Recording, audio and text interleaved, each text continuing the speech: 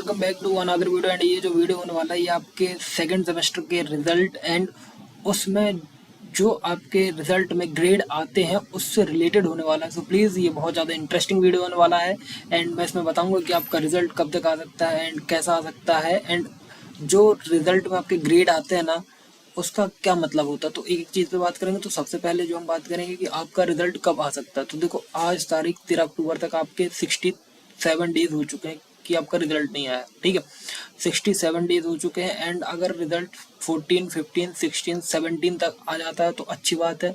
Otherwise आप ये मान के चलो कि आपका रिजल्ट 23 तारीख के बाद ही आएगा, क्योंकि 23 तारीख को भाई दूज पड़ रहा है एंड फेस्टिवल है। तो दिवाली फेस्टिवल की छुट्टियां 7-8 दिन की रहती हैं, आपको जैसा कि पता है, जो कि गवर्नमेंट छुट्टियां ही रहती हैं। तो दैट्स वाई आपका 7-8 दिन रिजल्ट होल्ड हो जाएगा। ठीक है, एंड अब अगर रिजल्ट 14, 15, 16, 17 को आ जाता है तो बहुत अच्छी बात है आप लोगों के लिए। अदरवाइज आप लोग, मैं आपको सच बता रहा हूँ कि प्लीज़ आप लोग अपने रिजल्ट के लिए वेट मत करो, पढ़ाई पे ध्यान दो। अदरवाइज पिछले सेमेस्टर जैसा ये होगा कि रोना ही रह जाएगा आपके पास। एंड मैंने आपके लिए ये 4 वीडियोस डाली हैं, अगर देख सकते हो तो प्लीज़ जाके देख लो। मतलब रिजल्ट रिजल्ट क्यों होल्ड हो रहा है इसके लिए पूरा एक मैंने डिटेल में समझाया है। ठीक है, and college transfer and branch transfer के लिए मैंने वीडियो डाली थी, तो जाके आप चेकआउट कर सकते हैं। अब बात करते हैं अपने मेन टॉपिक पे कि भाई जो हमारा क्या रहता है कि जो हमारा रिजल्ट आता है उसमें जो ग्रेड लिखे रहते हैं, मतलब ABCDF, इसका मतलब कितने मार्क्स होता है ये बहुत सारे स्टूडेंट्स के मन में है एंड बहुत सारे लोग एफ एंड डबल डैश ये सारी चीज़ों का मतलब नहीं समझते। तो मैं आपको इस वीडियो में यही बताने वाला हूँ कि एक तो मैंने आपको बता दिया कि आपका रिजल्ट कब तक आ सकता है एंड दूसरी चीज़ कि आपका ग्रेड का मतलब क्या होता है। तो चलो जानते हैं।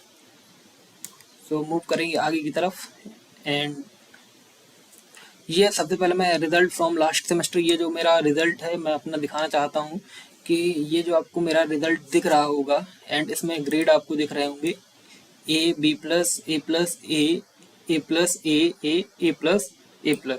सो दीज आर द ग्रेड। अब इनका मतलब क्या है एंड आप लोग SGPA देख सकते हो 9.29 है।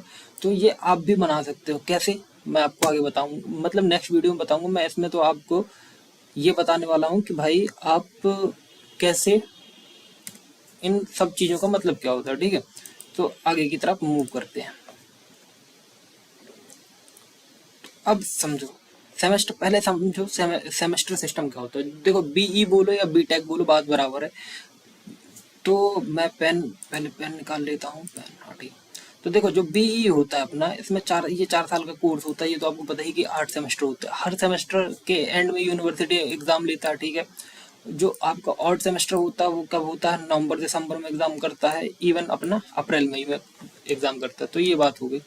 अब इसके बाद समझो अब क्या समझना अपन को कि जो हमारे इवेल्युएशन प्रोसेस है, मतलब जो नंबर का डिस्ट्रीब्यूट होता है वो कैसे डिस्ट्रीब्यूट होता है उसको समझो। सबसे पहले तो देखो हर सब्जेक्ट में मार्क्स 3 पार्ट्स में डिवाइड होते हैं, थ्योरी का, क्विजेस का और असाइनमेंट, अटेंडेंस का और प्रैक्टिकल्स का। ठीक है, तो देखो थ्योरी ब्लॉक हो गया, वो तो आपका RGP भी ही कंडक्ट करता है। ठीक है, अब आता है क्विजेस और असाइनमेंट, अटेंडेंस, ये हमारे 10% ले जाते हैं। मिड सेमेस्टर 20% लेता है। जो हमारा मिड सेमेस्टर टेस्ट होता है वो हमारे 20% कंडक्ट करते हैं मार्क्स, और जो हमारा एंड सेमेस्टर होता है वो 70% मार्क्स होते हैं, क्योंकि 70 मार्क्स का पेपर आता है। ठीक है, एंड देखो प्रैक्टिकल ब्लॉक में क्या होता है कि लैब परफॉर्मेंस प्लस बाई ये आपका 40% ले जाता है, और एंड सेमेस्टर प्रैक्टिकल होते हैं वो आपका 60% ले जाते हैं। तो टोटल कितना हो गया, 70 plus 30% is equal to 100%।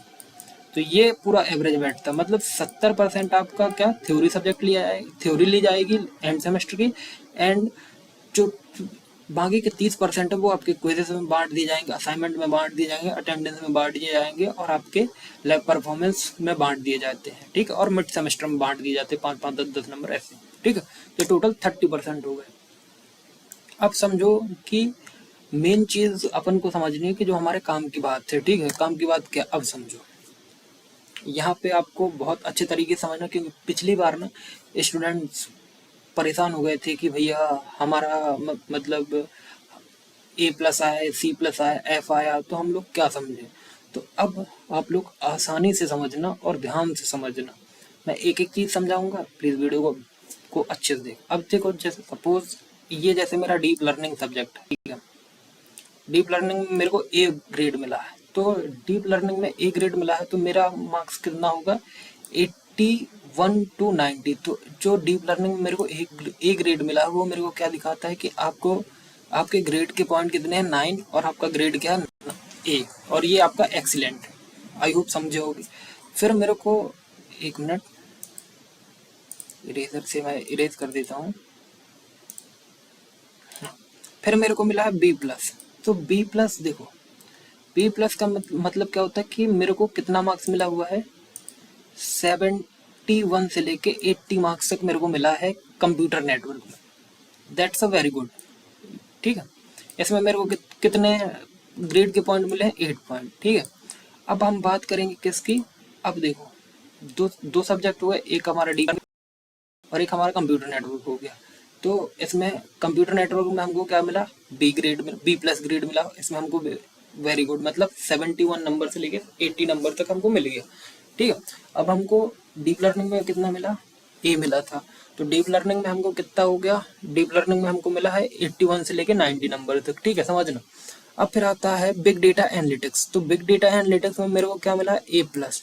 So A plus कितना होता है, 91 नंबर से लेके 100 नंबर तक, ठीक है। तो ये ग्रेड के पॉइंट कितने होते हैं, 10, और इसका डिस्क्रिप्शन क्या है, आउटस्टैंडिंग मार्क्स मिले हैं आपको, ठीक है। तो ये ऊपर के A plus, A and B plus तो आप समझ गए होंगे।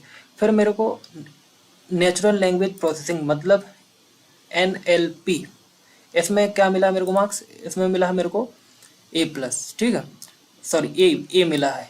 तो ए क्या बताता है, एक्सीलेंट।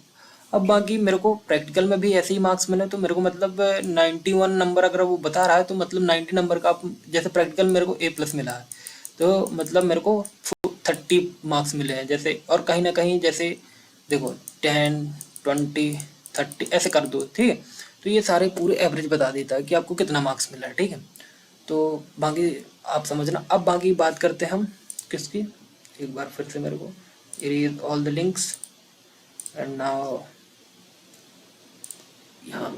तो अपन ने कहाँ तक समझ लिया, बी प्लस तक समझ। अब बी में क्या होता है, बी में हमको 61 से लेके 70 नंबर के बीच मिलता है और इसका ग्रेड पॉइंट कितना होता है, 7। ये क्या होता है, गुड होता है, ठीक है। अब बात करते हैं 50, 51 से लेके 60 तक, ये हमको सी प्लस आता है। जिसका भी सी प्लस आता है तो भाई ये समझ के रखो कि सी प्लस ना अच्छा मार्क्स होता है। 50 मतलब अगर आप पास हो रहे हो तो अच्छी बात है। तो देखो 51 से लेके 60 मार्क्स के बीच में क्या होता है, सी प्लस होता है। इसमें 6 ग्रेड पॉइंट मिलते हैं और ये एवरेज, ठीक है, ये एवरेज मार्क्स होते हैं हमारे लिए, ठीक है, जिसमें हम पास कर पाते हैं, ठीक। अब बात कर लेते हैं हम किस चीज़ की,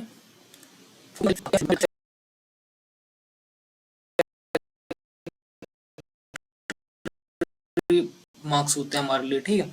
सेटिस्फैक्ट्री मतलब कि हाँ भाई 41 से 50 मिले हैं तो सी मिल गया, ठीक है। अब 31 से लेके 40 तक मिलते हैं तो ये डी मिलता है। इसमें इसमें क्या ग्रेड मिलता है, 4, और ये मार्जिनल रहता है भाई इसका डिस्क्रिप्शन।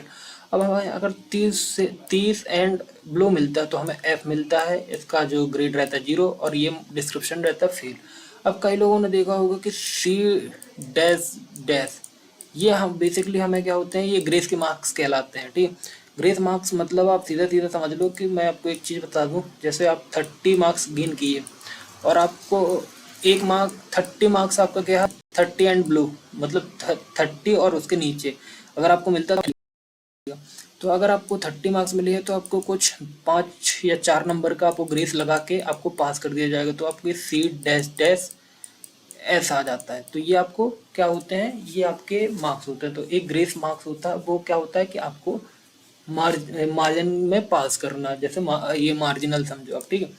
कभी कभी डी भी मिल जाता है, कभी कभी सी मतलब आपको ग्रेस भी लग जाता है, तो ये मतलब होता है। एंड नाउ आगे बढ़ेंगे।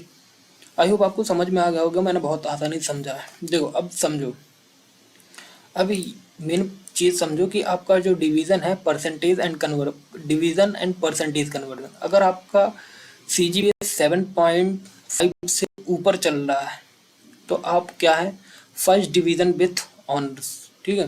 तो भाई मेंटेन करके रखना, क्योंकि बता दूं कि आपका जो CGPA होता है ना मार्कशीट का, वो मैटर करता है।